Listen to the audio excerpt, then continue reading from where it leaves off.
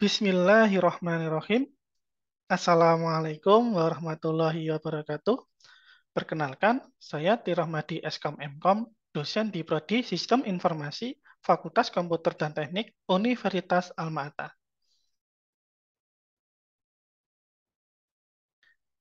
Video ini sebagai sarana pernyataan diri dosen dalam unjuk kerja di Dharma Perguruan Tinggi, PDD, UKTPT, bidang pengajaran. Pada kesempatan kali ini, saya akan menyampaikan mata kuliah yang saya ampu, yaitu Keamanan Informasi. Berikut adalah penjelasan tentang mata kuliah Keamanan Informasi. Mata kuliah Keamanan Informasi ini dengan kode SI020. Mata kuliah ini dapat diambil di semester 4 dengan bobot SKS sebanyak 2 SKS. Materi kuliah mencakup pengertian keamanan, pengertian sistem, dan pengertian keamanan sistem. Evaluasi keamanan sistem, mengamankan sistem informasi, keamanan email, keamanan web, keamanan sistem wireless, eksploitasi keamanan sistem, cyber law, manajemen keamanan informasi, serta metode hacking dan security. Capaian pembelajaran dari mata kuliah keamanan informasi ini, mahasiswa mampu memahami tentang keamanan informasi dari pengertian dasar sampai dengan keamanan pada device. Mahasiswa mampu melakukan audit keamanan informasi dan dasar-dasar hacking dan forensik digital. Sehingga kemampuan yang diharapkan setelah mahasiswa mengikuti mata kuliah keamanan informasi ini, mahasiswa dapat mengamankan dan mengaudit suatu sistem keamanan informasi dari kelalaian ataupun hacking.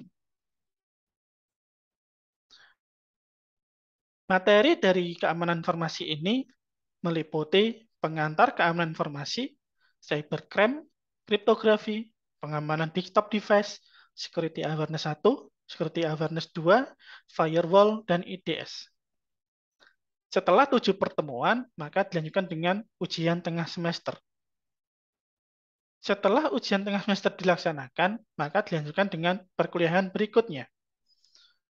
Meliputi vulnerability assessment, pengamanan mobile device, DDoS dan pengamanan jaringan, audit keamanan informasi, data backup, steganografi, dan digital forensik.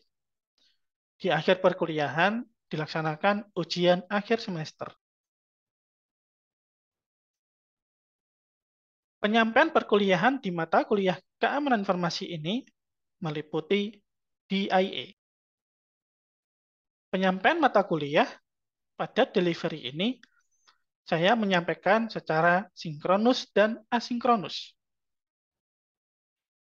Asinkronus, maka mahasiswa memperoleh materi melalui e-learning Alma-Ata, di mana di dalam e-learning tersebut kami sediakan bahan ajar ataupun materi ajar dan juga video rekaman baik yang saya buat sendiri ataupun saya mencari referensi yang relevan.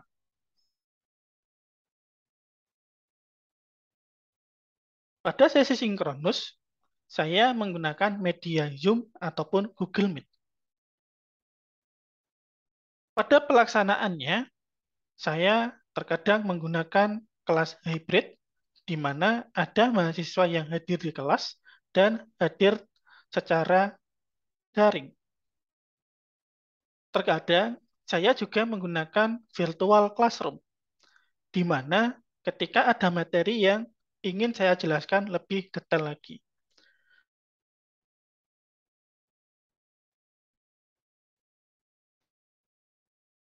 Pada sisi interaksi, maka sesuai dengan yang telah saya jelaskan di awal, karena ada sesi sinkronus dan asinkronus, maka interaksi juga ada 2 kelompok.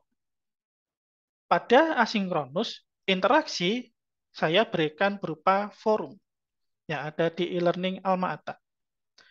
Di mana pada forum tersebut, saya memberikan pemantik pertanyaan yang harus dijawab oleh mahasiswa. Dari situ, mahasiswa memberikan tanggapan dan memunculkan pertanyaan-pertanyaan yang lainnya. Sehingga pada forum tersebut terciptalah suatu diskusi antara dosen dan mahasiswa ataupun antara mahasiswa dengan mahasiswa yang lainnya. Pada sesi sinkronus, untuk menghilangkan kebosanan, saya menerapkan kuis dan gamification. Pada kuis dan gamification, saya menggunakan platform Mentimeter, Quizzes, ataupun Kahoot. Pada setiap sesi sinkronus, saya juga selalu menekankan untuk terciptanya diskusi yang lebih dalam. Sehingga pada sesi perkuliahan, saya sering mengajukan pertanyaan ataupun memberikan sesi untuk tanya jawab ataupun memberikan sesi bagi mahasiswa memberikan tanggapan ataupun pendapatnya.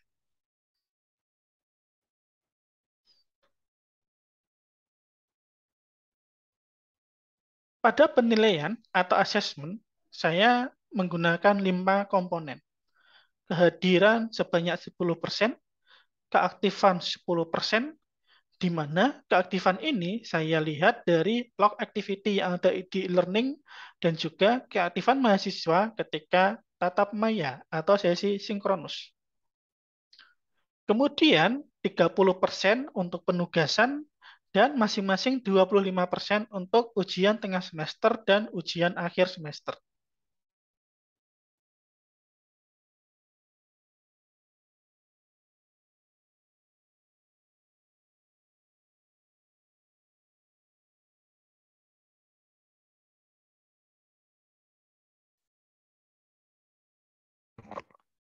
Oke, kita mulai ya. Bismillahirrahmanirrahim. Assalamualaikum warahmatullahi wabarakatuh. Waalaikumsalam warahmatullahi wabarakatuh. Gimana kabarnya? Sehat semua? Alhamdulillah sehat. Sehat, Pak. Hari ini kita akan membahas tentang security awareness. Teman-teman ada yang tahu nggak apa itu security awareness?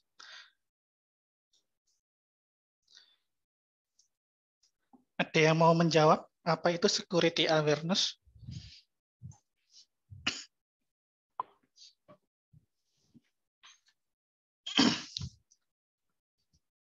Halo, ada nggak? Silakan kalau ada yang mau berpendapat. Apa sih itu security awareness? Kesadaran akan keamanan informasi, Pak. Oke, kesadaran akan keamanan informasi. Ada lagi yang lain?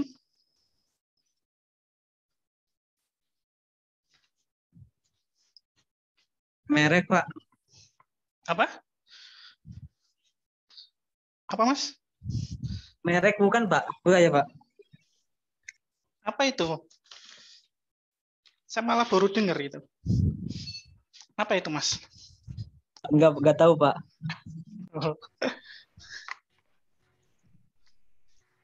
Oke, kita mulai. Sebelum kita membahas tentang security awareness, kita lihat dari awal dulu. Apa sih yang menyebabkan kita harus mempelajari atau mengetahui tentang security awareness? Jadi, seperti yang kita ketahui bahwasanya kita itu sudah ada di era digital. Semuanya serba digitalisasi. Nah, era digital ini, digitalisasi ini juga dimulai adanya ini ya. Ketika kita menggunakan segala sesuatu yang berhubungan dengan TIK, maka di sana ada istilahnya infrastruktur dari teknologi informasi itu sendiri. Menurut teman-teman, infrastruktur itu apa ya? Atau misalkan bisa memberikan contohnya. Yang dimaksud dengan infrastruktur TIK itu seperti apa? Silahkan. Nanti kita sering banyak diskusi gini ya, biar lebih lebih hidup juga kuliahnya. Jadi saya nggak cuma ceramah di depan, tapi kita saling berdiskusi. Nah, kenapa kita membahas security awareness? Pakai biru ya. Kenapa kita membahas security awareness? Tentu saja, ini tulisan saya kelihatan nggak? Kelihatan, Pak. Pak. Kenapa kita membahas security awareness? Maka yang pertama yang perlu kita bahas adalah kita sudah masuk era digital. Ketika kita sudah masuk ke era digital, maka kita tidak akan lepas dari yang namanya infrastruktur. Infrastruktur TIK. Nah, infrastruktur ini tentu saja sangat banyak.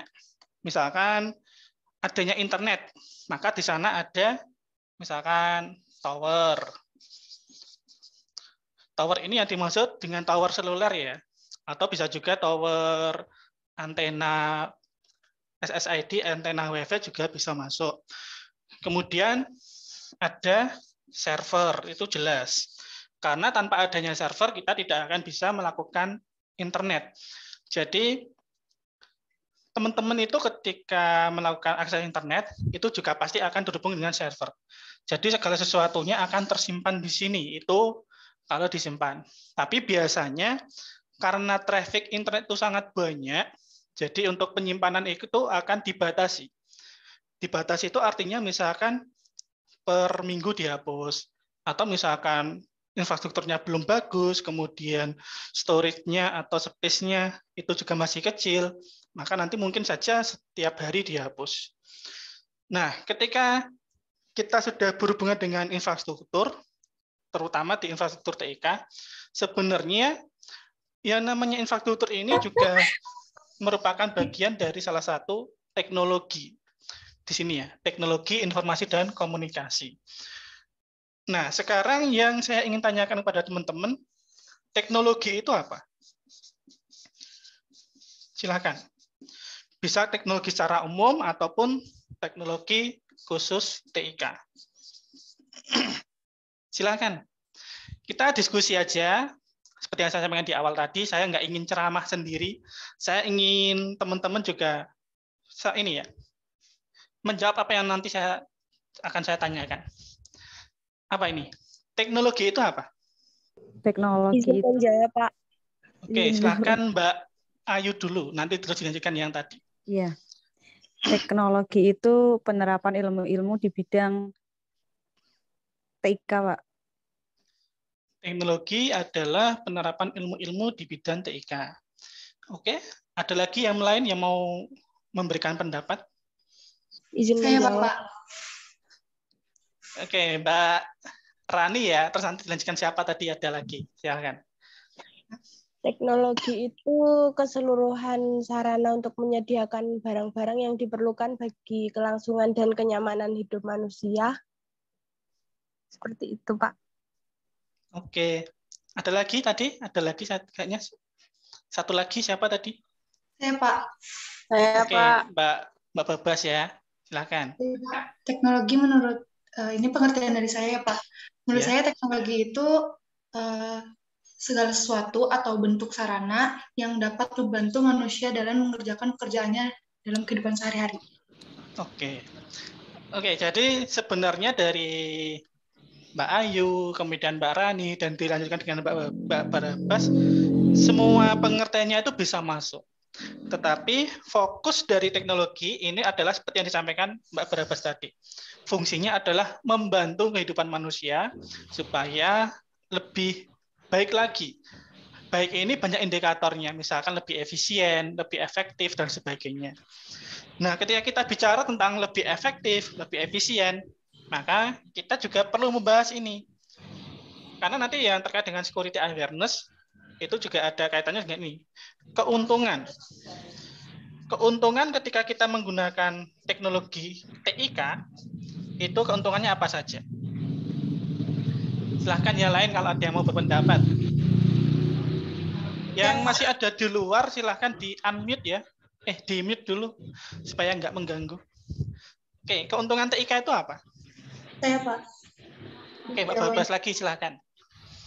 Pekerjaan terasa lebih efektif dan efisien, Pak. Dan mempersingkat waktu pengerjaan. Kalau contoh kasus yang real seperti apa, Mbak? Contohnya ketika kita harus menulis sebuah surat, antara kita menulis dengan menggunakan pena dan kertas, dengan dibandingkan dengan menulis menggunakan komputer akan terasa jauh lebih cepat, efektif dan efisien dengan menggunakan komputer, Pak. Oke, itu contoh ini ya. Contoh penerapan di mungkin di ini ya, administrasi surat menyurat. Mungkin ada lagi yang mau memberikan contoh yang lain? Saya Pak, coba Pak. Oke, silahkan Mas Asep ya, silahkan. Ya Pak, memudahkan kita dalam berbelanja.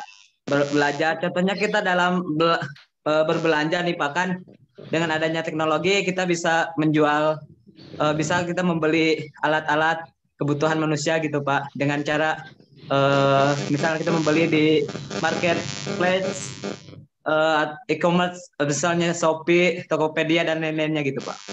Oke, bagus. Ada lagi yang lain?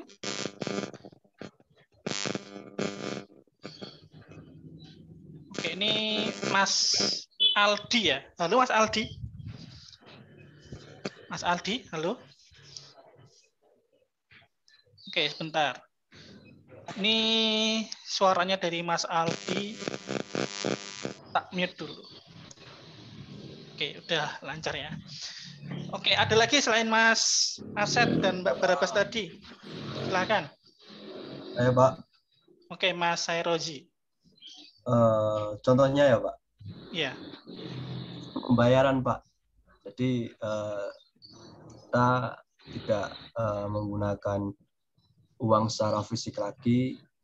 Kita bisa menggunakan aplikasi atau e-money untuk pembayaran. Oke. Tiga dulu ya. Tadi sudah disampaikan oleh Pak Barabas, kemudian Mas Asep dan Mas Sairozi. Semuanya benar. Bahwasannya terkait dengan teknologi TIK ini keuntungannya sangat beragam. Dari administrasi tadi sudah disampaikan oleh Mbak Barabas, kemudian terkait dengan berbelanja tadi sudah disampaikan oleh Mas Asep, dan juga untuk transaksi keuangan pembayaran juga sudah disampaikan oleh Mas Sairozi.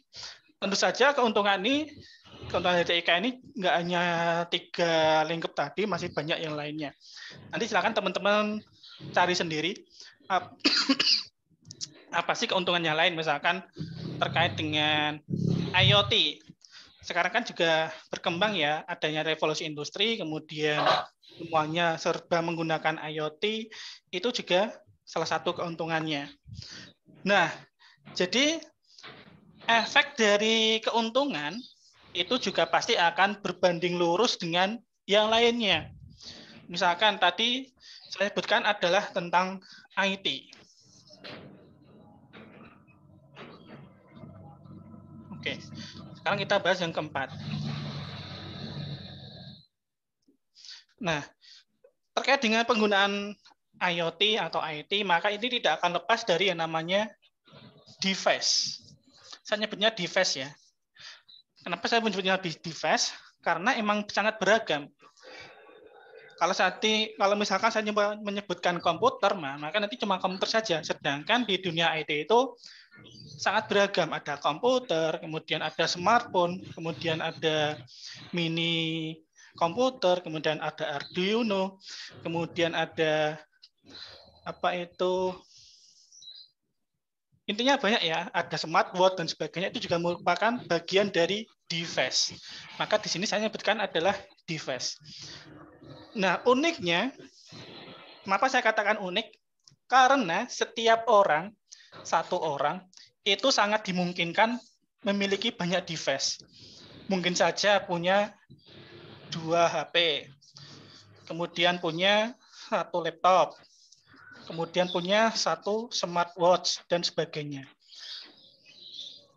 Jadi tadi, seperti yang saya sampaikan di awal tadi ya, bahwasanya keuntungan itu akan berbanding lurus dengan yang lain. Yang pertama adalah device-nya itu sendiri.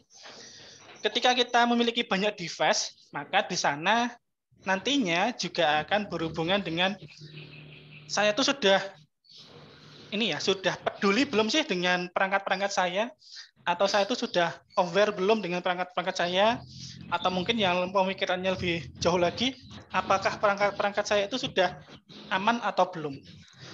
Nah, ini terkait dengan device ini, menurut survei penelitian yang dilakukan oleh Hootsuite, itu sangat istilahnya sangat bombastis. Kenapa bombastis? Misalnya tadi ini. Padahal masih banyak yang lain ya. Nanti untuk materi akan saya share di e-learning ya. Jadi nanti terkait dengan penelitian dari device ini seperti apa, nanti akan saya sampaikan infografisnya. Karena tadi saya belum sempat untuk mengupload ke e-learning. Oke, jadi tadi ya, ketika kita membahas security awareness, maka tidak akan lepas dari namanya infrastruktur. Kemudian tidak akan lepas dari yang namanya teknologi. Kemudian tidak akan lepas dari yang namanya keuntungan. Nah, ketika kita sudah bergantung dengan keuntungan dari TIK ini, maka efeknya juga ke sini. Kita akan semakin banyak menggunakan device dari TIK itu sendiri.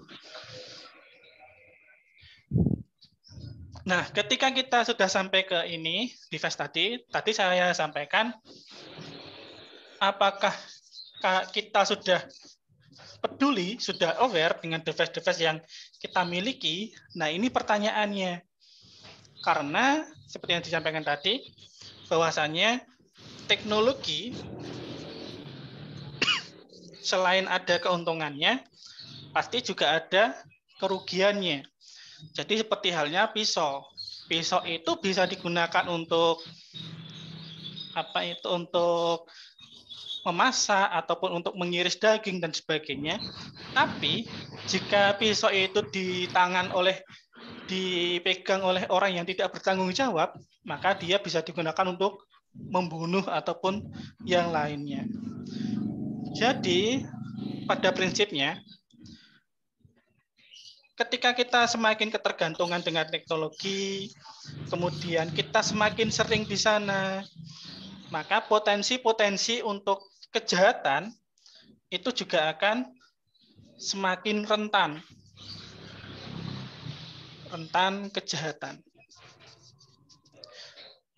Teman-teman kemarin kan juga sudah membuat makalah atau resume terkait dengan cybercrime. Nah, di sana saya sudah membaca beberapa dan ada yang patut saya apresiasi karena apa? Karena ada yang menyebutkan di makalah itu sesuai dengan tren terkini. Misalnya tadi teknologi. Ada yang teknologi selain tadi sudah disebutkan oleh teman-teman yang lain, bisa untuk mendapatkan kerja atau mungkin mendapatkan penghasilan melalui teknologi juga. Nah, yang lagi tren sekarang itu apa ya? Mungkin dari yang menjawab di makalah, silakan. Yang mungkin tren menurut teman-teman. Silakan, siapa? Nanti kalau nggak ada yang menjawab, nanti akan saya bocorkan di sini. Kenapa saya sebutkan tren terkait dengan teknologi dan juga cuan penghasilan. Silakan kalau ada. Ada atau tidak? Atau mungkin tak bocorin aja. Kasusnya dari Doni S. Siapa yang mengerjakan makalah ini? Yang membahas tentang permasalahannya Doni? Hadir nggak hari ini? Silakan, siapa?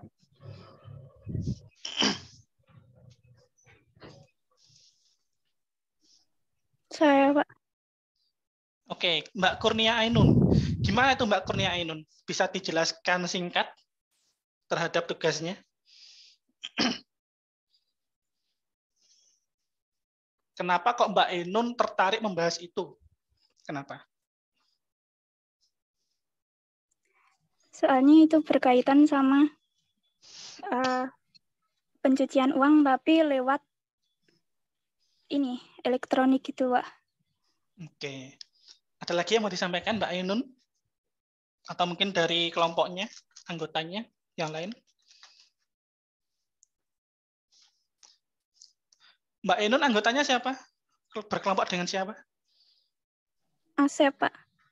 Oh, Asep tadi udah menjawab ya. Mas Asep, saya stop dulu ya, biar yang lain. Oke. Yang disampaikan Mas Asep dan Mbak Kurnia Ainun di tugas yang kemarin terkait dengan Doni Salmanan ya. Nah, dia tadi menurut Mbak Ainun pencucian uang. Nah, sebelum pencucian uang, dia itu bermain binary option ya. Nah, itu beberapa hari yang lalu, ini ya, saya sering update status itu. Koin sampah, dan sebagainya. Nah, salah satunya adalah yang di ini, binary option, termasuk juga yang miliknya beberapa artis itu juga merupakan koin sampah karena belum legal dan sebagainya. Terlebih lagi, ternyata ketika lebih ditelusur lagi, dia itu main di salah satu platform yang namanya inisialnya ini ya, B, saya tidak menyebutkan mereknya. Nah, di situ ternyata sangat menggiurkan. Yang namanya judi kan pasti menggiurkan ya.